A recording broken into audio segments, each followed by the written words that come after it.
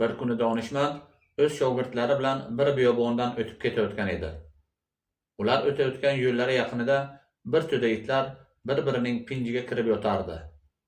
Shunda shayxning shogirdlaridan biri u kishiga qarab: "Ey ustoz, bu itlarning holiga bir qarang.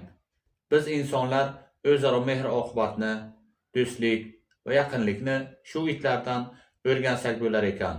Shunday emasmi?" dedi.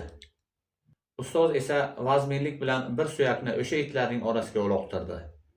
Nogahon bir-birining pinjida tinchgina uxlab yotgan itlar suyakni talashib, bir-birini g'ajiy ketishibdi. Bu holatni ko'rgan barcha shogirdlar hayratga tushdi. Ustoz esa insonlar ham hech narsa bo'lmasa o'zaro tinch yashayveradi.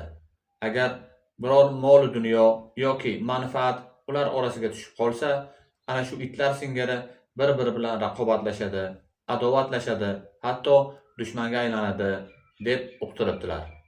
Darhaqiqat, insonlarni adovatga boshlaydigan eng katta sabablardan biri boylik hamda mol dunyodir.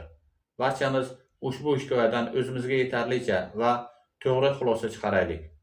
Sizlarning ham fikr va mulohazalaringizni izohlarda kutib qolamiz. Xayr, salomat bo'linglar.